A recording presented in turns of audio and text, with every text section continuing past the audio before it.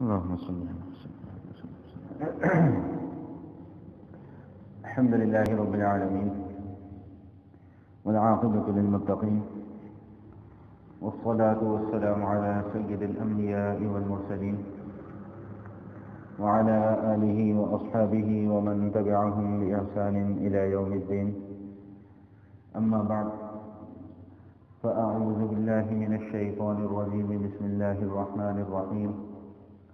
كنتم خير أمة أخرجت للناس تأمرون بالمعروف وتنهون عن المنكر وتؤمنون بالله. رب اشرح لي صدري ويسر لي أمري واحلل عقدة من لساني يفقهوا قولي. اللهم أرنا الحق حقا وارزقنا اتباعه وأرنا الباطل باطلا وارزقنا اجتنابه. اللهم صل على روح محمد في الأرواح وصل على جسد محمد في الأجساد وصل على قبر محمد في القبور.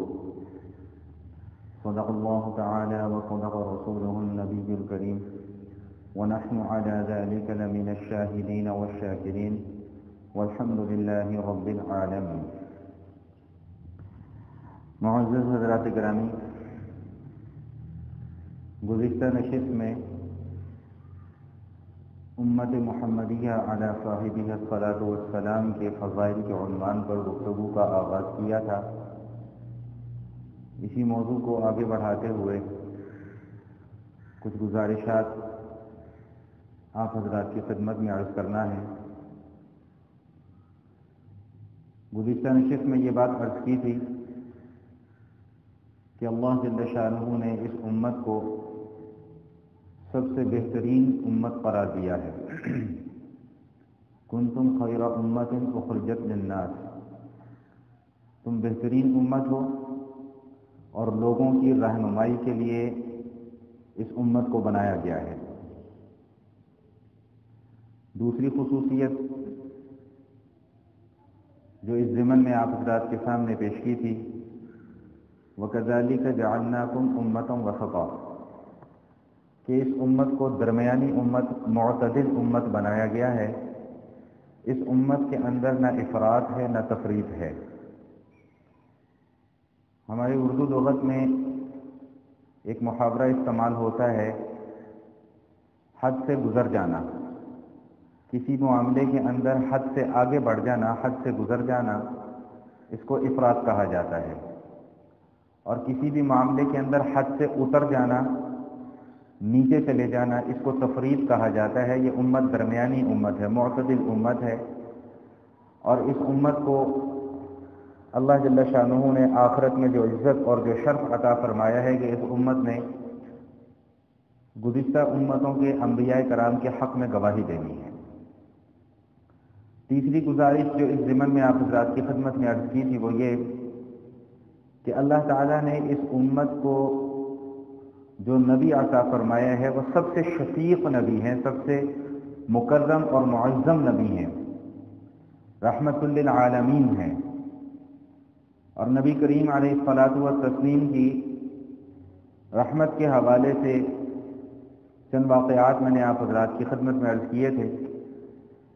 اپنی گفتگو کا تسلسل وہیں سے جوڑتے ہوئے اس بات کو میں آگے چلا رہا ہوں.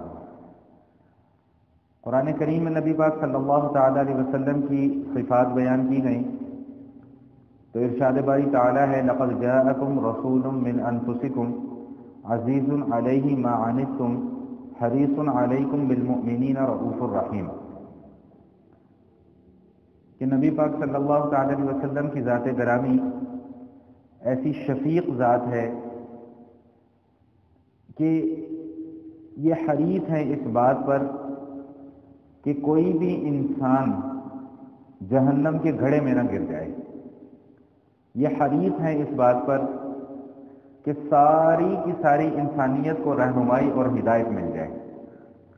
یہ حریص ہیں اس بات پر کہ ساری کی ساری انسانیت اللہ تعالیٰ کے عذاب سے بچ جائے، اللہ کی پکڑ سے بچ جائے اور اللہ تعالیٰ کی رحمت میں داخل ہو جائے. چنانچہ قرآن کریم میں کئی مقامات پر اللہ تعالیٰ کو بھی یہ مضمون بیان کرنا پڑا ہے فَلَعَلَّكَ بَاخِعٌ نَفْسَكَ أَلَّا يَكُونُوا مُؤْمِنِينَ، کہ یہ لوگ اگر ایمان قبول نہیں کرتے تو کیا اس غم میں آپ اپنے آپ کو ہلاک کر دیں گے، ہلاکت کے اندر ڈال دیں گے۔ وَمَا أَنْتَ عَلَيْهِمْ بِوَكِيلٍ، ہم نے آپ کو ان پر وکیل نہیں بنایا، ہم نے آپ کے ذمے صرف ایک کام لگایا ہے کہ آپ پیغام پہنچا دیں، کوئی مانتا ہے مانے، کوئی نہیں مانتا نہ مانے، یہ اس کی اپنی مرضی ہے، آپ اس بات پر پریشان نہ ہوں کہ یہ ایمان قبول نہیں کر رہے۔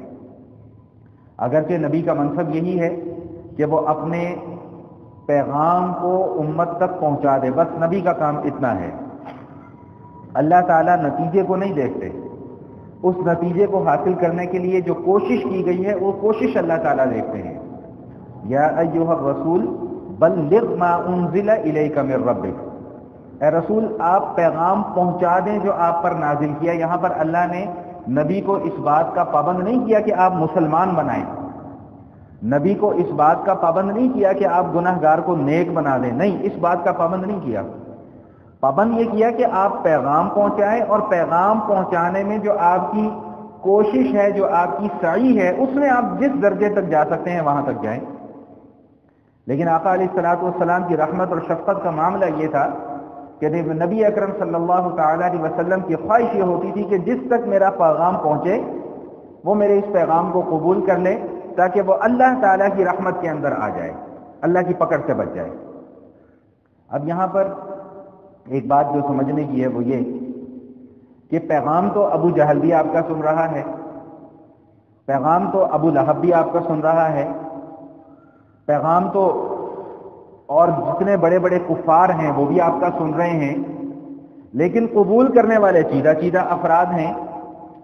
تو کسی کے ذہن کے اندر یہ سوال نہ پیدا ہو جائے کہ رسول اللہ پیغام پہنچا رہے ہیں تو پیغام کا اثر کیوں نہیں ہو رہا ان کے اوپر۔ تو اس کو میں ایک چھوٹی سی مثال کے ساتھ واضح کرتا چلوں کہ بارش ہے نا، بارش پتھر کے اوپر بھی پڑتی ہے اور بارش زرخیز زمین کے اوپر بھی پڑتی ہے، تو زرخیز زمین اس بارش کا اثر قبول کر لیتی ہے، پتھر اس بارش کا اثر قبول نہیں کرتا۔ اب جن کے دلوں کے اندر ازلی بدبختی لکھ دی گئی ہے، جن کے دلوں کے اندر شقاوت اور سختی لکھ دی گئی ہے، انہوں نے رسول اللہ کے پیغام کو قبول نہیں کیا، جانا ضرور لیکن مانا نہیں، جانتے سب سے کہ حق ہے لیکن مانا نہیں۔ تو ایمان صرف جاننے کا نام نہیں ہے، معلومات کا نام نہیں ہے، معمولات کا نام ہے، عمل بھی ہونا چاہیے۔ تو رسول اللہ صلی اللہ تعالی وسلم کی شفقت کی انتہا یہ تھی کہ رسول اللہ صلی اللہ تعالی علیہ وسلم چاہتے تھے کہ جس تک میرا پیغام پہنچے بس وہ میرے پیغام کو قبول کر لے۔ تو اللہ تعالیٰ قرآن کریم میں ایک دوسرے موقع پر ارشاد فرماتے ہیں فَلَعَلَّكَ بَاخِعٌ نَفْسَكَ إِن لَّمْ يَكُونُوا بِهَذَا الْحَدِيثِ أَسَفًا، کہ اگر یہ لوگ آپ کی بات کو مانتے نہیں ہیں تو کیا آپ اسی غم میں اپنے آپ کو ہلاک کر دیں گے؟ قطعاً نہیں، ہمیں آپ بڑے محبوب ہیں، آپ بس اپنا کام کیجیے، آپ اپنا مشن پر رہیے، آپ پیغام پہنچائیے، ماننا نہ ماننا یہ ان لوگوں کا کام ہے، اگر کوئی مان لے گا تو اس کی بھلائی ہے، اگر کوئی نہیں مانے گا تو اس کا نقصان ہے۔ ان کی بھلائی اور نقصان کو لے کر آپ کو پریشان ہونے کی ضرورت نہیں ہے، بس آپ کا جو مشن ہے آپ اس مشن کے اوپر قائم رہیے۔ نبی کریم علیہ الصلوۃ والتسلیم کی شفقت کی انتہا اس امت کے ساتھ کہ بہت سارے معمولات نبی علیہ الصلوۃ والسلام نے صرف امت کے اوپر سختی کے ڈر کی وجہ سے چھوڑ دیے، بہت سارے معمولات، جن میں سے ایک دو کا تذکرہ میں آپ کے سامنے کروں۔ یہ مسواک ہم کرتے ہیں، مسواک نبی پاک صلی اللہ علیہ وسلم کی پسندیدہ سنت ہے، اور ارشاد فرمایا کہ السواک مطہرۃ للفم ومرضاۃ للرب، کہ مسواک کا ایک دنیاوی فائدہ یہ ہے کہ منہ کو صاف رکھتی ہے، اور اخروی فائدہ یہ ہے کہ اللہ تعالیٰ اس سے راضی ہوتے ہیں۔ لیکن نبی علیہ الصلوۃ والتسلیم نے امت کے اوپر اس سنت کو بالکل پکا اور لازم قرار نہیں دے دیا، لیکن ساتھ ساتھ اجر اور ثواب بتلا دیا کہ جو مسواک کر کے نماز پڑھی جائے گی اس کا اجر زیادہ ہے، جو بغیر مسواک کے پڑھی جائے گی اس کا اجر کم ہے۔ یہ نہیں فرمایا کہ جو بغیر مسواک کے نماز پڑھے گا اس کی نماز ہی نہیں ہوگی، نہیں۔ چنانچہ ایک موقع پہ ارشاد فرمایا کہ اگر مجھے تمہاری مشقت کا ڈر نہ ہوتا تو میں تمہیں حکم دیتا کہ ہر نماز سے پہلے مسواک کر کے آیا کرو، لیکن امت کی مشقت کے ڈر کی وجہ سے رسول اللہ صلی اللہ تعالی علیہ وسلم نے اس حکم کو مؤخر فرما دیا۔ کہ مشقت میں ڈالنا مقصود نہیں ہے، مقصود عبادت ہے، مشقت میں ڈالنا نہیں ہے۔ تراویح ہے، رسول اللہ صلی اللہ تعالی وسلم رمضان کی ایک شب کو تشریف لائے، صحابہ کرام کو تراویح پڑھائی، اور صحابہ میں چرچا ہو گیا کہ جی آج رات ہم نے عبادت کی ہے، رسول اللہ کے ساتھ نماز پڑھی ہے۔ دوسری رات تشریف لائے، اور زیادہ تعداد ہو گئی صحابہ کی۔ تیسری رات تشریف لائے تو اور زیادہ تعداد ہو گئی۔ اس کے بعد رسول اللہ صلی اللہ علیہ وسلم گھر سے باہر تشریف نہیں لائے، کسی نے چھوٹی چھوٹی جماعت کی صورت میں پڑھی، کسی نے فردن فردن پڑھی۔ تو رسول اللہ صلی اللہ علیہ وسلم نے فرمایا کہ تمہارا شوق دیکھ کر، تمہارا ذوق دیکھ کر مجھے ڈر تھا اس بات کا کہ کہیں اللہ تعالیٰ تراویح کی نماز تمہارے اوپر فرض نہ قرار دے دیں، پھر تم کہاں سے اس کو ادا کرتے پھرتے۔ 5 فرض نمازیں تو ہم سے دن میں پڑھی نہیں جاتی، تو دن بھر رمضان کا روزہ رکھ کے 20 تراویح فرض ہم کیسے پڑھتے؟ ابھی اللہ پاک نے کتنی سہولت رکھی ہے۔ یہ ضروری نہیں ہے کہ تراویح کے اندر قرآن پاک کی تلاوت مکمل کی جائے، ایک مستقل سنت ہے، تراویح مستقل سنت ہے، اس کے اندر قرآن کریم کی تکمیل کرنا مستقل سنت ہے۔ اگر کوئی اس سنت پر عمل نہیں کر پاتا تو اس کو حکم یہ دیا گیا کہ بھائی چھوٹی چھوٹی صورتیں کر کے تراویح پڑھ لو، لیکن تراویح تو ضرور پڑھو۔ تو رسول اللہ صلی اللہ تعالی علیہ وسلم نے امت کے مشقت کے ڈر کی وجہ سے تراویح کو جماعت کے ساتھ جو اہتمام کے ساتھ ادائیگی تھی اس کو چھوڑ دیا کہ کہیں اللہ تعالیٰ اس کو تمہارے اوپر فرض نہ قرار دے دیں۔ جب رسول اللہ صلی اللہ تعالی علیہ وسلم کا انتقال ہو گیا تو اب نہ کوئی فرض نازل ہو سکتا تھا، نہ کوئی حرام نازل ہو سکتا تھا، نہ کسی دین کے مسئلے کے اندر کمی کی جا سکتی تھی، نہ اضافہ کیا جا سکتا تھا، کیونکہ وحی کا تعلق تو نبی کے ساتھ ہوتا ہے، جب نبی نہیں رہے تو وحی آنا بند ہو گئی۔ چنانچہ ایک عرصے تک صحابہ کا یہی معمول چلتا رہا، کوئی اکیلے پڑھ رہا ہے، کوئی ایک جماعت کی صورت میں پڑھ رہا ہے، کوئی دوسری جماعت کی صورت میں پڑھ رہا ہے۔ تو حضرت عمر رضی اللہ تعالیٰ عنہ نے نبی علیہ الصلوۃ والتسلیم کی سنت کو دوبارہ زندہ کیا کہ سب کو ایک جگہ پر جمع کر لیا۔ یہ جو لوگ بہکاوا دیتے ہیں اور ورغلاتے ہیں نا کہ جی تراویح حضرت عمر کی ایجاد کردہ سنت ہے، یہ غلط بات ہے۔ تراویح تو رسول اللہ صلی اللہ علیہ وسلم کی سنت ہے۔ حضرت عمر رضی اللہ تعالیٰ عنہ نے اس سنت کو دوبارہ زندہ کیا، احیا کیا اس سنت کا، کہ سب کو ایک جماعت پر لا کر جمع کر دیا۔ تو بہرحال عرض یہ کر رہا تھا کہ رسول اللہ صلی اللہ تعالی علیہ وسلم، اللہ کا اس امت کے اوپر احسان ہے کہ رسول اللہ صلی اللہ تعالی علیہ وسلم جیسا شفیق نبی اللہ پاک نے عطا فرمایا۔ حدیث شریف میں آتا ہے کہ رسول اللہ صلی اللہ علیہ وسلم نے ارشاد فرمایا کہ مجھے اختیار دیا گیا 2 باتوں کا کہ 2 میں سے کوئی ایک چیز میں اختیار کر دوں۔ ایک تو مجھے اختیار یہ دیا گیا کہ اپنی آدھی امت کو میں بخشوا لوں دنیا میں، اور ایک اختیار مجھے یہ دیا گیا کہ میں کل قیامت والے دن پوری کی پوری امت کی سفارش کر دوں۔ اب فائدہ کس میں ہے؟ آدھی امت کو بخشوانے میں ہے یا پوری کی پوری امت کی شفاعت کرنے میں ہے؟ امت کا فائدہ پوری کی پوری امت کی شفاعت کرنے میں ہے۔ تو رسول اللہ صلی اللہ تعالی علیہ وسلم فرماتے ہیں کہ میں نے آدھی امت کو بخشوانے والا جو آپشن تھا اس کو چھوڑ دیا، اور آخرت میں جو شفاعت ہے جو میری پوری امت کے لیے ہوگی، میں نے اس شفاعت کے حق کو اختیار کر لیا۔ لیکن ساتھ ساتھ رسول اللہ صلی اللہ تعالی علیہ وسلم نے یہ بات بھی ارشاد فرما دی کہ میری شفاعت کا حقدار صرف وہی ہوگا جس نے زندگی میں کبھی شرک نہیں کیا ہوگا۔ اگر کوئی آدمی شرک کرے تو پھر وہ رسول اللہ صلی اللہ تعالی وسلم کی شفاعت کا مستحق نہیں ہے۔ شفاعت کا مستحق اللہ کے نبی فرما رہے ہیں صرف وہ شخص ہوگا کہ جس نے زندگی بھر کبھی شرک نہیں کیا ہوگا، جو خالص ایمان لے کر اللہ کے حضور حاضری دے گا، اللہ کے حضور پیش ہوگا۔ اللہ کے نبی علیہ الصلوۃ والسلام فرماتے ہیں کہ میں اس کی شفاعت کروں گا۔ اور شفاعت کے حوالے سے میں نے گزشتہ نشست میں بھی آپ حضرات کے سامنے حدیث مبارکہ عرض کی تھی۔ شفاعت کا جو منظر ہے قیامت میں، میں اس کا خلاصہ صرف آپ کے سامنے عرض کر رہا ہوں۔ تمام کی تمام امتیں میدان حشر میں جمع ہیں، ذرا چشمہ تصور سے جائزہ لیجیے گا۔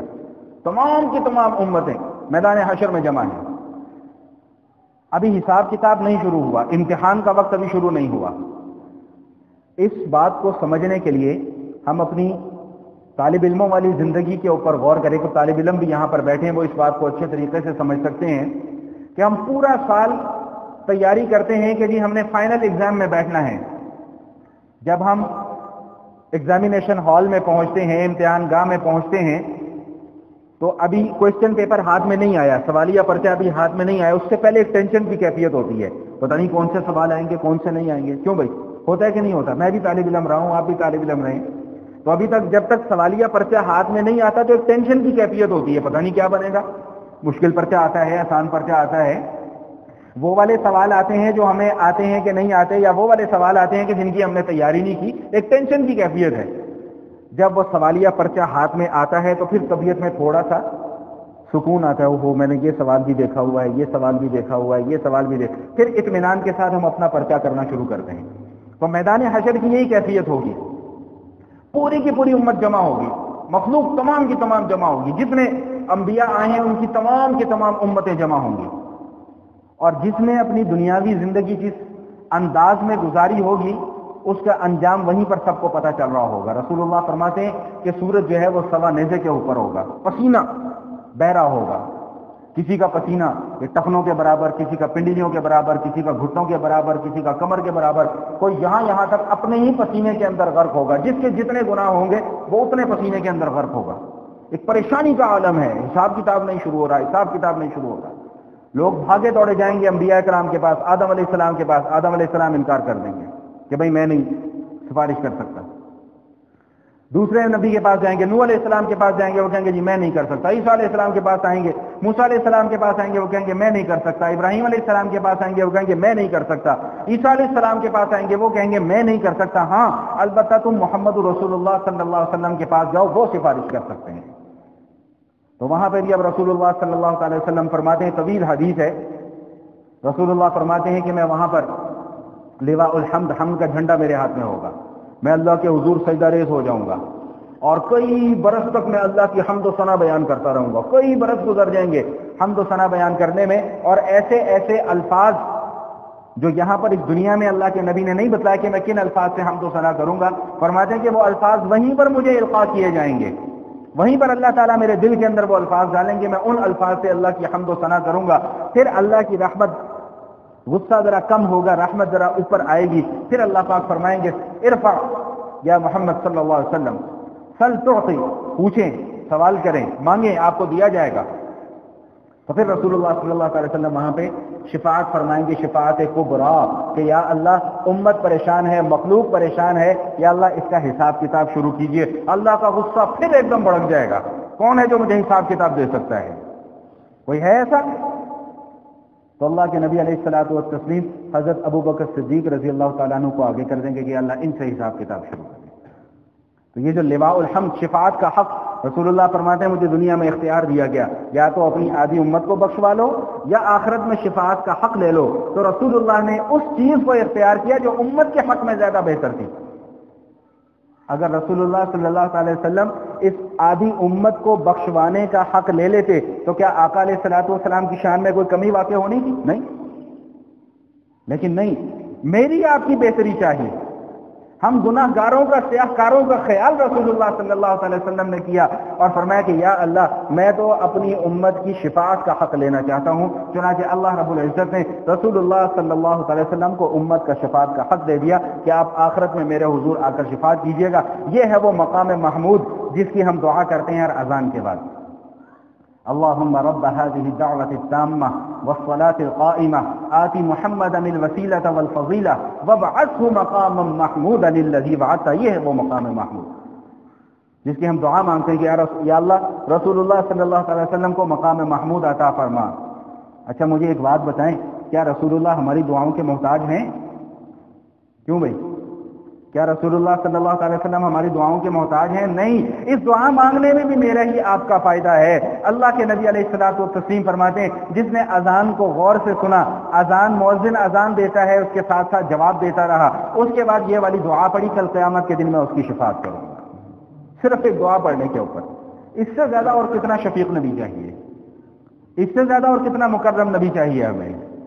اس سے زیادہ ہماری خوش بختی اور سعادت مندی کیا ہو سکتی ہے کہ اللہ جل شانہ نے رحمت للعالمین کا امتی ہمیں بنا دیا، کسی اور کا نبی کا امتی نہیں بنایا. اور اگر آپ حضرات کے ذہنوں میں ہو تو میں نے گزشتہ نشست میں بھی یہ بات عرض کی تھی کہ جس طرح انبیاء کرام چنے ہوئے ہیں اس طرح ان کی امتیں بھی چنی ہوئی ہیں. اللہ تعالیٰ نے مجھے آپ کو، ہم سب کو چن لیا ہے.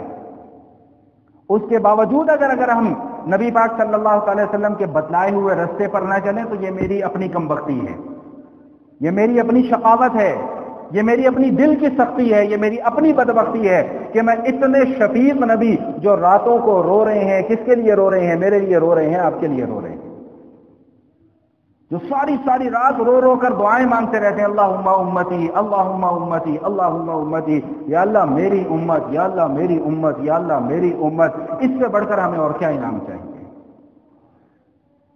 کیا رسول اللہ صلی اللہ علیہ وسلم کی دعا کی قبولیت کے اندر کسی کو شک اور تردد ہے کہ رسول اللہ کی دعا پتہ نہیں قبول ہوتی ہے کہ نہیں ہوتی؟ نعوذ باللہ من ذالک۔ میرا ایمان یہ ہے کہ اگر کوئی شخص یہ عقیدہ رکھتا ہے تو اس کا ایمان خارج ہو جائے گا۔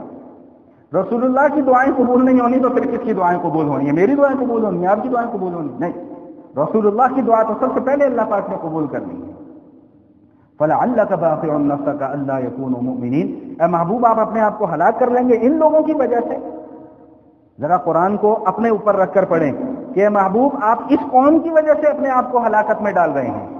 یہ قوم جو آپ کی مانتی نہیں ہے، جو آپ کے طریقے پر نہیں چلتی، جو آپ کی سنتوں کو نہیں اپناتی، جو اپنی ماؤں بہنوں کو ننگے سر سڑکوں پر نچانا باعث فخر محسوس کرتی ہے، اس قوم کے لیے آپ رو رو کر اپنے آپ کو ہلاکت کے اندر ڈال رہے ہیں۔ ذرا قرآن پڑھیں تو صحیح، اور غور کر کے پڑھیں، سوچ کر پڑھیں، سمجھ کر پڑھیں کہ یہ قرآن کی آیت میرے متعلق نازل ہو رہی ہے، یہ اللہ کا فرمان میرے متعلق ہے۔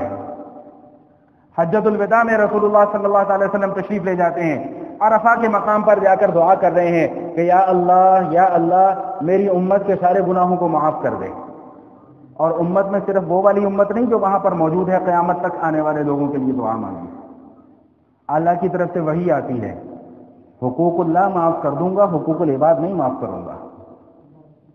حقوق اللہ اور حقوق العباد تو سمجھتے ہیں نا، سمجھانے کی ضرورت تو نہیں۔ نماز روزے کے اندر کوئی کمی کوتاہی ہو گئی تو وہ معاف کر دوں گا، لیکن کسی کا حق چھین لیا، کسی کی زمین پر قبضہ کر لیا، کسی کو دھوکہ دے دیا، چوری کر لی، ڈاکہ ڈال لیا، رشوت لے لی، یہ معاف نہیں کروں گا۔ سود کھا لیا، یہ معاف نہیں کروں گا، حقوق اللہ معاف کر دوں گا۔ اگلے دن مزدلفہ تشریف لے گئے، پھر دعا مانگی کہ یا اللہ حقوق اللہ کے ساتھ ساتھ حقوق العباد بھی معاف کر دے۔ جس کا حق ہے تو اسے اپنی جناب سے دے دے، اور جو حق نہیں ادا کر پا رہا اس کو معاف کر دے۔ اللہ اکبر! کس درد کے ساتھ، کس سوز کے ساتھ، کس تڑپ کے ساتھ رسول اللہ نے یہ دعا مانگی ہوگی۔ اللہ پاک نے آپ کی اس دعا کو بھی قبول کر لیا۔ اچھا چلو ٹھیک ہے میرے محبوب، آپ مانگتے ہیں تو معاف کیا۔ حضرت ابن عباس رضی اللہ تعالیٰ عنہ اس حدیث کے راوی ہیں، وہ فرماتے ہیں کہ رسول اللہ جب دعا کر کے فارغ ہوئے تو ہنسنا شروع ہو گئے، مسکرائے۔ صحابہ بڑے حیران، عرض کیے یا رسول اللہ آپ تو ایسے مواقع پر ہنستے نہیں ہیں، ہنستے ہوئے کبھی دیکھا نہیں، اللہ آپ کو ہمیشہ ہنسائے۔ یہ حدیث شریف میں بھی آتا ہے جب آپ کسی کو ہنستا ہوا مسکراتا ہوا دیکھیں تو اس کو دعا دیں، اضحک اللہ سنک، اللہ آپ کو ایسے ہی ہنساتا رکھے۔ کیا مطلب؟ اللہ آپ کو ایسے خوش و خرم رکھے۔ تو نبی پاک صلی اللہ علیہ وسلم نے فرمایا کہ جب میں نے یہ دعا مانگی نا اللہ سے کہ اللہ میری امت کے حقوق اللہ بھی معاف کر دے، حقوق العباد بھی معاف کر دے، اور اللہ نے میری اس دعا کو قبول بھی کر لیا، تو میں نے شیطان کو دیکھا کہ وہ اپنے سر پر مٹی ڈالتا ہوا، روتا پٹتا ہوا، چیختا چلاتا ہوا بھاگ رہا ہے، او ہو میں تو برباد ہو گیا، میں تو برباد ہو گیا، میں تو برباد ہو گیا۔ شیطان کے اس دکھ کو دیکھ کر مجھے ہنسی آ گئی۔ تو یہ امت کا کتنا بڑا اعزاز ہے کہ اس امت پر جو انعامات ہوتے ہیں شیطان انہیں دیکھ دیکھ کر روتا ہے، روتا ہے، روتا ہے، یہ میرے ساتھ کیا ہو رہا ہے۔ کتابوں کے اندر کچھ واقعات اس حوالے سے لکھے ہوئے ہیں، میں صرف ایک واقعہ عرض کرتا چلوں۔ کسی کتاب میں نے پڑھا تھا کہ ایک بزرگ گھر سے صاف ستھرے کپڑے پہن کر مسجد کی طرف آئے۔ مسجد کے باہر کچھ تھوڑا سا کیچڑ تھا، ان کا پاؤں پھسل گیا، کپڑے خراب ہو گئے۔ وہ دوبارہ گھر گئے، کپڑے تبدیل کیے، پھر آئے مسجد کے پاس، پھر پاؤں پھسل گیا، پھر کپڑے خراب ہو گئے، پھر واپس تشریف لے گئے۔ پھر جب تیسری مرتبہ آئے تو پاؤں پھسلنے لگا تو ایک صاحب نے آ کر پکڑ لیا، ان کو گرنے نہیں دیا اور مسجد کے دروازے تک چھوڑ دیا اور واپس جانے لگے۔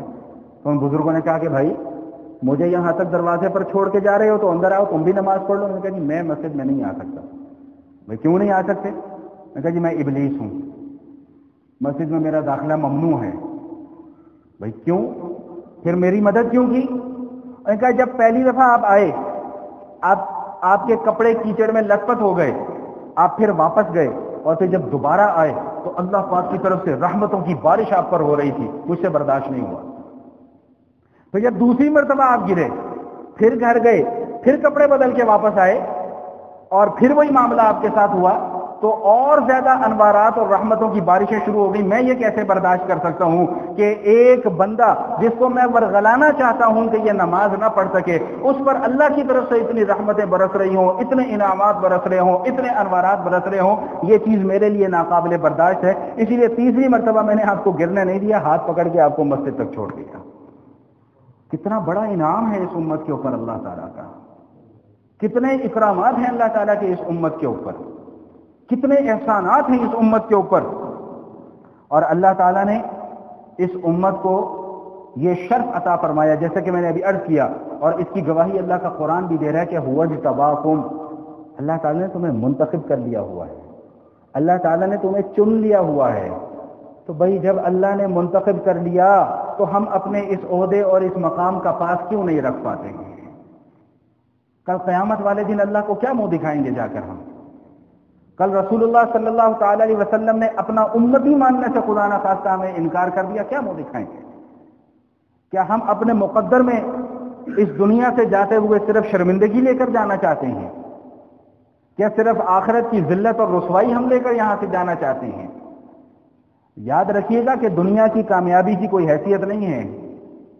دنیا میں کسی کو بڑا اگر عہدہ مل جاتا ہے تو یہ کوئی کامیابی نہیں ہے، کسی کے پاس بہت بڑا 2 کنال کا بنگلہ آ جاتا ہے تو یہ کوئی کامیابی نہیں ہے، اللہ کی نعمت ہے، شکر ادا کرنا چاہیے۔ ذالک فضل اللہ یؤتیہ من یشاء، اللہ کا فضل ہے، جس کو چاہے دے، جس کو چاہے نہ دے۔ کسی کی اولاد کثرت کے ساتھ ہے، بیٹے بہت زیادہ ہیں تو کوئی فخر کی بات نہیں ہے، کوئی کمال نہیں کر دیا۔ اصل فخر تو یہ ہے کہ کل آخرت میں اللہ خوش ہو جائیں کہ اے میرے بندے میں تجھ سے راضی ہوں۔ اصل فخر تو یہ ہے کہ کل رسول اللہ صلی اللہ علیہ وسلم یہ کہتے ہیں کہ یہ میرا امتی ہے، آؤ میں اس کو اپنے گلے سے لگاتا ہوں۔ اصل فخر یہ ہے، اصل مقام یہ ہے۔ یہ تو جس طرح دنیا عارضی ہے اس طرح یہاں کی نعمتیں بھی عارضی ہیں۔ آج آنکھ بند ہو جائے، آج آنکھ بند ہو جائے، اپنے سامنے کئی ایسے واقعات دیکھتے ہیں، آج آنکھ بند ہو جائے تو جنازے کے فوراً بعد اس بات پر جھگڑا شروع ہو جاتا ہے کہ کس کے حصے میں کتنا آئے گا۔ رسول اللہ فرماتے ہیں کہ دنیا میں تو تم کہتے ہو نا جی میرا مال میرا مال میرا مال میرا مال، فرمایا صرف 3 چیزیں تمہارا مال ہیں، باقی تمہارا نہیں ہے، وہ تو تمہارے ورثاء کا ہے۔ ایک جو تم نے کھا لیا وہ تمہارا مال تھا، جو تم نے پہن لیا وہ تمہارا مال ہے، اور جو تم نے آخرت کے لیے ذخیرہ کر لیا وہ تمہارا مال ہے۔ اس دنیا کے اندر صدقہ و خیرات کر کے جو آخرت کے لیے ذخیرہ کر لیا وہ تمہارا مال ہے، باقی تو سارا تمہارے ورثاء کا ہے۔ لوگ بھاگتے ہیں پھر مفتیوں کے پاس کہ حضرت یہ جائیداد تو ہماری تقسیم کر دیں، پھر مولوی یاد آتے ہیں، پھر بھاگتے پھرتے ہیں مولویوں کے پاس مسئلے پوچھنے کے لیے کہ ہمارا ابا مر گیا، اب یہ ہماری جائیداد کو تقسیم کر دو۔ کس بات کے اوپر فخر ہے ہمیں؟ جس بات پر فخر ہونا چاہیے تھا اس بات پر ہمیں فخر نہیں ہے، اس کو ہم نعوذ باللہ ثم نعوذ باللہ باعث شرمندگی سمجھ رہے ہیں کہ ہم رسول اللہ کی امتی ہیں۔ میں کسی کتاب میں ایک واقعہ پڑھ رہا تھا کہ دہلی کی جامع مسجد کے باہر ایک فقیر بیٹھا کرتا تھا، مانگتا تھا لوگوں سے، اپنا گزر بسر اسی بات کے اوپر کرتا تھا۔ تو ایک دفعہ وہاں سے ایک انگریز میاں بیوی گزرے تو انہوں نے کچھ نکال کر اس کو خیرات ویرات کی، تو جب وہ پرس اپنا واپس جیب میں رکھنے لگے تو وہ جیب میں رکھا نہیں گیا، نیچے گر گیا۔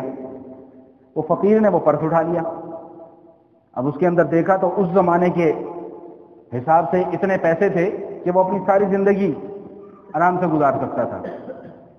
2-4 روز کے بعد اتفاقاً پھر اس انگریز جوڑے کا وہاں سے گزر ہوا تو اس فقیر نے ان کو پہچان لیا، ان کو اپنے پاس بلایا اور ان کا پرس انہیں دے دیا کہ جی آپ کا بٹوا پرسوں ترسوں آپ یہاں سے گزرے تھے، گر گیا تھا، تو یہ آپ واپس لے لیں۔ تو اس انگریز جوڑے نے کہا تمہیں پتہ ہے اس کے اندر کتنے پیسے ہیں؟ میں نے کہا جی پتہ ہے۔ میں نے کہا اتنے پیسے تھے کہ تم اگر چاہتے تو ساری زندگی اپنی ان پیسوں کے اوپر بسر کر سکتے تھے؟ میں نے کہا بالکل پتہ ہے۔ پھر رکھا کیوں نہیں اپنے پاس؟ کہا کئی مرتبہ سوچا کہ رکھ لوں، لیکن پھر ایک بات کا خیال آیا تو اس خیال نے مجھے یہ کام کرنے نہیں دیا۔ میں نے کہا کیا خیال آیا؟ میں نے کہا جی آپ عیسائی ہیں، آپ عیسیٰ علیہ السلام کے ماننے والے ہیں، میں مسلمان ہوں، محمد عربی صلی اللہ علیہ وسلم کا ماننے والا ہوں، مجھے صرف کل یہ خیال آ گیا کہ کل قیامت کے دن کہیں میرے نبی کو عیسیٰ علیہ السلام کے سامنے شرمندگی کا سامنا نہ کرنا پڑ جائے کہ آپ کے امتی نے میرے امتی کا بٹوا چرا لیا. کہیں مجھے یہ خیال آیا, اس خیال کی وجہ سے میں نے آپ کا بٹوا آپ کو واپس لوٹا دیا. اس سے بڑھ کر ہمیں اور کیا چاہیے کہ رسول اللہ صلی اللہ تعالی وسلم کی شفاعت ہمیں مل جائے, رسول اللہ کے ہاتھوں حوض کوثر کا پانی ہمیں مل جائے. اس سے بڑھ کر انعام اور اکرام ہمیں کیا چاہیے؟ دنیا کے اندر مسائل آتے ہیں, میں یہ نہیں کہتا کہ مسائل نہیں آتے, پریشانیاں آتے ہیں, میں یہ نہیں کہتا کہ پریشانیاں نہیں آتی, لیکن ان مسائل اور پریشانیوں کا حل اللہ کی نافرمانی میں تو نہیں ہے. ان مسائل اور پریشانیوں کا حل ہے ہی اللہ کی فرما برداری میں, اللہ کے نبی کی سنت میں, اللہ کے نبی کے طریقے پر چلنے میں. تو بہرحال عرض یہ کر رہا تھا کہ اللہ جل شانہ نے جو اس امت کے اوپر ایک خاص انعام فرمایا وہ یہ فرمایا کہ یہ امت کو جو نبی اللہ پاک نے عطا فرمائے ہیں وہ نہایت محترم, معظم, مکرم اور نہایت شفقت کرنے والے, نہایت محبت کرنے والے نبی ہیں. اور قربان جاؤں کہ نبی پاک صلی اللہ تعالی وسلم کے جو صحابہ کرام ہیں رضوان اللہ تعالی اجمعین, کسی نے ایک لمحہ حضور کی صحبت میں گزارا, کسی نے کئی سال حضور کی صحبت میں گزارے, لیکن حضور کی صحبت کا ایسا اثر لیا کہ زندگی بھر کبھی اللہ اور اللہ کے نبی کی نافرمانی نہیں کی. ایک صحابی رسول ہیں صلی اللہ تعالی وسلم حضرت جریر بن عبداللہ رضی اللہ تعالی عنہ, انہوں نے ایمان قبول کیا جب نبی پاک صلی اللہ تعالی وسلم کا وصال ہوا, اس سے صرف 40 روز قبل, صرف 40 دن پہلے انہوں نے ایمان قبول کیا. اور کتابوں میں لکھا ہوا ہے کہ اتنے خوبصورت تھے, اتنی دل آویز شخصیت تھی کہ جب انہوں نے ایمان قبول کیا تو حضرت عمر رضی اللہ تعالیٰ عنہ کو دیکھا تو فرمایا کہ یہ تو اس امت کے یوسف ہیں, اتنا حسن اللہ پاک نے ان کو عطا فرمایا تھا. اب رسول اللہ صلی اللہ علیہ وسلم کا تربیت کرنے کا انداز بھی ایسا کہ شخصیت کو دیکھ کر تربیت کی جا رہی ہے. جب وہ حاضر خدمت ہوئے اور ایمان قبول کیا تو نبی پاک صلی اللہ تعالی وسلم نے ان کو جو دین کی بنیادی احکام ہیں ان سے آگاہ کیا ہے, نماز ہے, روزہ ہے, زکوٰۃ ہے, ان سب کی پابندی کرنی ہے. لیکن ان کی شخصیت کو دیکھتے ہوئے 2 باتیں ان سے اور ارشاد فرمائی کہ ہمیشہ اپنے بھائی کے ساتھ خیر خواہی سے پیش آنا ہے اور خلوص کے ساتھ پیش آنا ہے. کیا باتیں ارشاد فرمائیں کہ ہمیشہ دوسرے کی بھلائی چاہنی ہے, آسان لفظوں میں ہمیشہ دوسرے کے لیے بھلائی چاہنی ہے, اور جو خدمت کرنی ہے وہ خلوص نیت کے ساتھ کرنی ہے, دکھاوا اور ریاکاری کوئی نہیں ہونا چاہیے. انہوں نے اس بات کو اپنے پلے باندھ لیا. اب ان کے ساتھ ایک واقعہ رونما ہوا کہ ان کا ایک غلام ایک بڑا زبردست قسم کا اصیل نسل کا گھوڑا خرید کے لے کے آیا, اور وہ 300 درہم کا گھوڑا خرید کے لے کے آیا. انہوں نے جب گھوڑے کا معائنہ کیا تو ان کو اندازہ یہ ہوا کہ یہ گھوڑا کسی بھی حوالے سے 800 درہم سے کم کا نہیں ہے. لگتا ہے بیچنے والے نے کسی مجبوری میں بیچا ہے اور میرا غلام اس سے خرید کے لے آیا. دیکھیں ذرا ان حضرات کا دین کے اوپر عمل کرنے کا جذبہ, ذوق اور شوق دیکھیں. ہمارے معاشرے کے اندر تو یہ بات رائج ہے کہ ہم تو دوسرے کی مجبوری سے فائدہ اٹھانے کو تیار بیٹھے ہوئے ہیں. رمضان آتا ہے تو چیزیں سستی ہونے کے بجائے مہنگی کر دیتے ہیں کہ بھائی لوگوں نے آنا ہی آنا ہے ہر حالت میں. کسی چیز کی شے کی قلت ہو جاتی ہے اجناس میں سے تو بجائے سستی ہونے کے ہم اسے مہنگی کر دیتے ہیں کہ لوگ آئیں گے مجبور ہو کر, پریشان ہو کر, تو ہم زیادہ قیمت پر اسے بیچیں گے. ہماری تو یہ حالت ہے. اور ادھر صحابہ کرام کا رویہ دیکھیں کہ انہوں نے گھوڑے دیکھ کر اندازہ لگایا کہ بھائی یہ 800 درہم سے کم کا نہیں ہے, بیچنے والے نے مجبوری میں بیچا ہے. اپنے غلام سے اس بیچنے والے کا پتہ پوچھا, اس کے پاس پہنچے اور اس کو جا کر بتلایا کہ تم نے گھوڑا سستا بیچ دیا, یہ لو 500 درہم اور دو, تمہارا گھوڑا 800 درہم سے کم کا نہیں تھا. رسول اللہ کی صحبت کا اتنا اثر. ہم بھی تو اسی نبی کے امتی ہیں. کیا ہمارے سامنے رسول اللہ کی زندگی کھلی کتاب کی طرح موجود نہیں ہے؟ کیا علماء کرام نے, ائمہ کرام نے محنتیں کر کر کے آقا علیہ الصلوۃ والتسلیم کی پوری زندگی کو ایک کتاب کی شکل میں ہمارے سامنے لا کر رکھ نہیں دیا؟ کیا علماء کرام سے ہم لوگ نبی پاک صلی اللہ علیہ وسلم کی سیرت کے متعلق سنتے سناتے نہیں ہیں؟ سب کچھ ہے, جانتے بھی ہیں, لیکن جان بوجھ کر عمل نہیں کرتے ہیں. عمل کے بغیر جان نہیں چھوٹنے والی. تو بہرحال 3 خصوصیات میں نے اس امت کی آپ حضرات کے سامنے بیان کر دی. پہلی خصوصیت یہ کہ اللہ تعالیٰ نے اس امت کو بہترین امت قرار دیا. دوسری خصوصیت یہ کہ یہ امت کل کو گواہی دے گی باقی انبیاء کرام کے حق میں۔ تیسری خصوصیت یہ ہے کہ رسول اللہ صلی اللہ علیہ وسلم جیسا شفیق نبی اللہ پاک نے ہمیں عطا فرمایا۔ چوتھی خصوصیت اس امت کی یہ ہے کہ سب سے پہلے یہ امت جنت کے اندر داخل ہوگی۔ رسول اللہ صلی اللہ علیہ وسلم ارشاد فرماتے ہیں کہ میری اتباع کرنے والے سب سے زیادہ لوگ ہوں گے اور سب سے پہلے جنت کا دروازہ جا کر میں کھٹکھٹاؤں گا۔ معراج کے واقعے میں ایک حدیث ملتی ہے، حضرت موسیٰ علیہ السلام سے جب نبی پاک صلی اللہ علیہ وسلم کی ملاقات ہوئی تو رسول اللہ آگے چل پڑے۔ جب چل پڑے تو موسیٰ علیہ السلام نے رونا شروع کر دیا۔ یہ حدیث آپ کے سامنے میں عرض کر رہا ہوں، اس کا خلاصہ۔ موسیٰ علیہ السلام نے رونا شروع کر دیا تو نبی پاک صلی اللہ علیہ وسلم نے فرمایا کہ اے میرے بڑے بھائی آپ کیوں رو رہے ہیں؟ کیوں رو رہے ہیں؟ انہوں نے کہا میں اس بات پر رو رہا ہوں کہ میرے بعد ایک لڑکے کو نبی بنا دیا گیا، رسول اللہ صلی اللہ علیہ وسلم کو۔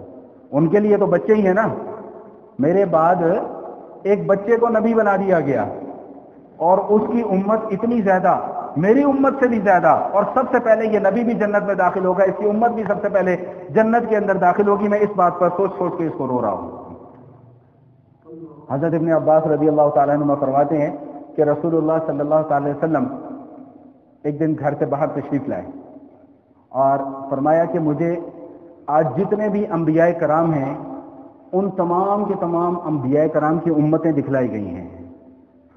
کسی نبی کا ایک امتی ہے، کسی نبی کے 2 امتی ہیں، کسی کے 3 ہیں، کسی کے 15 ہیں، 20 ہیں، 25 ہیں، 30 ہیں، اس طرح کر کے۔ نوح علیہ السلام نے 950 برس تبلیغ کی تھی، 950 سال، 1000 کے لگ بھگ ان کی عمر تھی، جس میں سے 950 سال نوح علیہ السلام نے تبلیغ کی تھی۔ اور جانتے ہیں کتنے لوگ مسلمان ہوئے تھے؟ 80 یا 81 لوگ مسلمان ہوئے اس 950 برس کی تبلیغ میں۔ تو کسی کے 80-85 امتی، کسی کو 100-150 امتی۔ پھر رسول اللہ فرماتے ہیں کہ پھر مجھے ایک امت دکھلائی گئی، اتنی تعداد میں امت کہ یہ جو افق ہے یہ سارا افق بھرا ہوا، آسمان کے کنارے سارے بھرے ہوئے۔ رسول اللہ فرماتے ہیں کہ میں سمجھا کہ یہ میری امت ہے، تو مجھے بتایا گیا کہ نہیں، یہ آپ کی امت نہیں ہے، یہ تو موسیٰ علیہ السلام کی امت ہے۔ پھر اس کے بعد مجھے حکم ہوا کہ اپنے دائیں طرف دیکھیں۔ میں نے اپنے دائیں طرف دیکھا تو وہ آسمان کے کنارے تک مجھے ایک امت نظر آئی۔ پھر مجھے حکم ہوا کہ اپنے بائیں طرف دیکھیں۔ میں نے اپنے بائیں طرف دیکھا تو مجھے وہ آسمان کے کناروں تک لوگ نظر آئے۔ پھر مجھے کہا گیا کہ اپنے پیچھے دیکھیں۔ میں نے پیچھے دیکھا تو مجھے آسمان کے کناروں تک لوگ نظر آئے۔ سامنے دیکھا تو آسمان کے کناروں تک لوگ نظر آئے۔ رسول اللہ فرماتے ہیں کہ پھر مجھے بتایا گیا کہ یہ آپ کی امت ہے، اور اس امت کے جو سب سے آگے والے افراد ہیں 70,000 لوگ، فرمایا کہ وہ بغیر حساب کتاب کی جنت کے اندر داخل ہوں گے۔ 70,000 لوگ، اور یہ 70,000 لوگ جو بغیر حساب کتاب کی جنت کے اندر داخل ہوں گے، ان کی 4 خصوصیات ہیں۔ یہ آج کی نشست کا خلاصہ میں ان 4 خصوصیات کے اندر بیان کر رہا ہوں کہ یہ 4 کام کر لیں انشاءاللہ اللہ تعالی ہمیں بھی ان 70,000 میں شامل فرما دیں گے۔ یہ 4 کام بس اپنے پلے باندھ لیں۔ آج کا سبق یہ ہے، پہلا کام بدشگونی نہیں کرنی۔ جوتی پہ جوتی چڑھ گئی، لو جی اب سفر آئے گا۔ کالی بلی سامنے سے گزر گئی، لو جی آج کا دن تو بڑا خراب گزرے گا۔ چھینک آ گئی، او ہو آج مجھے کوئی یاد کر رہا ہے۔ یہ سب بدشگونیاں ہیں، ان کا شریعت کے ساتھ کوئی تعلق نہیں ہے۔ ہاتھ میں خارش ہو رہی ہے، لو جی اب میرے پاس پیسے آئیں گے، پیسے پوسے کوئی نہیں آئیں گے، خارش والے ڈاکٹر کو جا کے دکھاؤ، خارش کی بیماری شروع ہو گئی ہے۔ تو یہ بدشگونیاں شریعت کے اندر اس کی کوئی گنجائش نہیں ہے۔ تو 70,000 لوگ جو بغیر حساب کتاب کے جنت میں داخل ہوں گے، ان میں سب سے پہلے کون لوگ؟ جو بدشگونیاں نہیں کرتے۔ دوسرے وہ لوگ جو جادو ٹونا نہیں کرتے۔ جادو کرنا، جادو کرانا کفر ہے، یاد رکھیے گا۔ میرے پاس بے شمار لوگ آتے ہیں جی یہ ہو گیا، وہ ہو گیا، فلاں ہو گیا، تو میں سب کو ایک ہی بات سمجھاتا ہوں کہ آج کل دشمنی نکالنے کا سب سے آسان طریقہ یہ ہے کہ کسی کے اوپر جادو کروا دو، لیکن جادو کروانے والا کرنے والا دونوں دائرہ اسلام سے خارج ہیں۔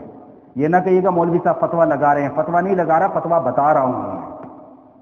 اسی طرح فقہا نے یہ لکھا ہے کہ اگر کسی کے اوپر جادو ہو گیا اور وہ اپنا علاج بھی جادو کے ذریعے سے ہی کراتا ہے، وہ بھی دائرہ اسلام سے خارج ہے۔ اس کی تفصیل پھر کبھی موقع ملا تو عرض کروں گا، لیکن اس وقت صرف یہ بات سمجھ لیں کہ 70,000 ان لوگوں میں شامل ہونا ہے تو جادو ٹونے سے توبہ۔ تیسرے وہ لوگ 70,000 لوگوں میں شامل ہوں گے جو اپنے جسموں پہ ٹیٹوز نہیں بنواتے۔ یہ جو ٹیٹو بناتے ہیں نا کہ آج کل بڑا مشہور ہوا ہے، ہمارے کچھ نوجوان دوست بھی کوئی ہاتھوں کے اوپر نام لکھوا لیا، کچھ کر لیا، یہ ناجائز اور حرام ہے، یاد رکھیے گا۔ حدیث شریف میں آتا ہے، مفہوم ہے، خلاصہ عرض کر رہا ہوں کہ شیطان یہ کہتا ہے کہ مجھے جو لکھنے کی چیز اللہ پاک نے عطا فرمائی ہے وہ یہ ٹیٹوز ہیں جو ہم جسموں کے اوپر بنواتے ہیں، یہ اتنا بڑا جرم ہے، یہ شیطان کی لکھائی ہے، یہ ٹیٹوز جسموں کے اوپر بنوانا۔ تو تین چیزیں ہو گئی۔ چوتھی چیز یہ کہ ہمیشہ اپنے رب کی ذات کے اوپر بھروسہ رکھیں، اسباب اختیار کریں لیکن اسباب کو سب کچھ نہ سمجھیں، نظر مسبب الاسباب پر رکھیں کہ میرا رب ان اسباب کو اختیار کرنے کے بعد اب میرا رب چاہے گا تو یہ سارے کے سارے معاملات میرے درست ہو جائیں گے۔ یہ توکل نہیں ہے کہ بیمار ہوئے تو بس ہاتھ پہ ہاتھ رکھ کے بیٹھے جی میرا رب مجھے ٹھیک کر دے گا، نہیں، یہ توکل نہیں ہے۔ ڈاکٹر سے جا کے دوائی لیں، پھر اس کے بعد بھروسہ اللہ کی ذات کے اوپر کریں کہ اب اللہ مجھے شفا دے گا دوا کھانے کے بعد۔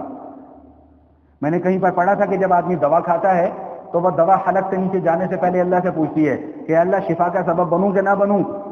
اللہ حکم دیتے ہیں کہ شفا کا سبب بن جا تو دوا شفا دے دیتی ہے، لیکن یہاں پر بھی جو اصل چیز کار فرما ہے وہ اللہ کا حکم ہے، دوائی آرام نہیں دیتی، اللہ کا حکم آرام دیتا ہے۔ تو 4 کام کر لیں، انشاءاللہ 17,000 لوگوں میں شمار ہو جائے گا۔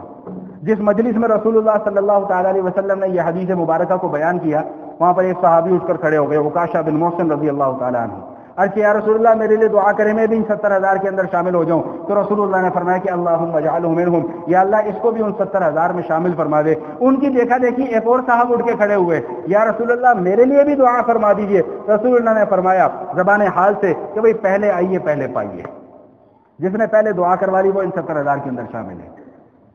اب یہ ذہن میں نہ رکھیے گا کہ 70,000 تو ہمارا نمبر پتہ نہیں کب آتا ہے کب نہیں آتا، تسلی والی حدیث سنا رہا ہوں، انشاءاللہ اللہ پاک نے چاہا تو ہمارا شمار بھی ہو جائے گا۔ رسول اللہ صلی اللہ علیہ وسلم فرماتے ہیں کہ ہر 70,000 کے ساتھ، ہر 70,000 کے ایک ایک فرد کے ساتھ 70,000 اور جنت کے اندر جائیں گے بغیر حساب کتاب کے، کوئی حساب کتاب نہیں ہونا۔ لیکن اس کا یہ مطلب ہرگز نہیں ہے کہ ہم اب اس دنیا کے اندر ہاتھ پر ہاتھ رکھ کے بیٹھ جائیں کہ جی بس ہمارا تو حساب کتاب ہونا نہیں، ہم نے تو لا الہ الا اللہ کا کلمہ پڑھ لیا، بس ہم اب جنت کے ٹھیکیدار بن گئے۔ جنت پانا اتنا آسان کام نہیں ہے، پل صراط پہ سے گزرنا پڑے گا، بال کی طرح باریک، تلوار کی دھار سے زیادہ تیز، جہنم کے اوپر وہ پل لگا دیا جائے گا۔ یہ اس امت کی خصوصیت آپ کو بتلا رہا ہوں، حدیث کے الفاظ آپ کو سنا رہا ہوں، مفہوم سنا رہا ہوں۔ عرب میں ایک درخت ہے سعدان، اس کے کانٹے بڑے نوکیلے ہوتے ہیں۔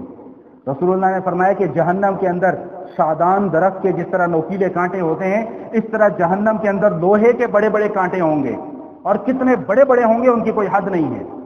پل صراط پہ سے جو بھی گزرے گا وہ جہنم کے نوکیلے کانٹے اسے ایسے ایسے چبوئیں گے اور پکڑ کر جہنم کے اندر گرا دیں گے۔ لیکن اگر تو نبی پاک صلی اللہ تعالی وسلم کے طریقے کے مطابق اپنی زندگیاں اس دنیا کے اندر گزارتے رہے تو پھر پل صراط بھی انشاءاللہ ہمارا کچھ نہیں بگاڑ سکتا، لیکن گزرنا ہے، ایمان رکھنا ضروری ہے۔ پل صراط کا انکار کرنا کفر ہے، اس پر ایمان رکھنا فرض ہے کہ پل صراط پہ سے گزرنا ہے۔ ہم کہتے ہیں نا جی وہ دیکھا جائے گا، جی وہاں پہ اکثر لوگوں کی زبان سے یہ الفاظ نکلتے ہیں، وہ جی جب وہاں پہنچیں گے تو دیکھا جائے گا۔ بھائی کیا دیکھا جائے گا وہاں پر؟ پل صراط پہ سے گزرتے ہوئے دیکھ لو گے؟ دیکھا جائے گا، کہاں سے دیکھا جائے گا؟ قبر کی اندھیری کوٹری میں جب جا کر تمہیں ڈالا جائے گا وہاں پہ تو دیکھا جائے گا؟ کیا دیکھا جائے گا؟ جب کالے سانپ اور کالے بچھو تمہارے اوپر مسلط کیے جائیں گے دیکھا جائے گا؟ کیا دیکھا جائے گا وہاں پر؟ بس آخری بات، ایک بات سنا کر اپنی بات کو مکمل کر رہا ہوں۔ میں تو چاہ رہا تھا کہ آج کی نشست میں یہ مضمون مکمل ہو جائے، لیکن ابھی مضمون نہیں مکمل ہوا۔ انشاءاللہ اس حوالے سے گزارشات آئندہ کی نشست میں بھی آپ حضرات کے سامنے عرض کروں گا۔ صرف ایک بات عرض کر رہا ہوں، 2 طرح کی زندگی ہے، ایک اللہ کی مرضی کی زندگی، ایک اپنی مرضی کی زندگی۔ 2 طرح کی زندگی ہے، تیسری کوئی زندگی نہیں ہے۔ ایک زندگی تو اللہ کی مرضی کی، ایک زندگی اپنی مرضی کی۔ یہاں پر اگر اپنی مرضی کی زندگی گزاری تو کل آخرت میں اللہ کی مرضی کی زندگی گزارنی پڑے گی۔ اگر یہاں پر اللہ کی مرضی کی زندگی گزار لی تو کل آخرت میں اپنی مرضی کی زندگی گزارنی پڑے گی۔ اقول قولی ھذا نستغفر اللہ من کل ذنب ونتوب الیہ۔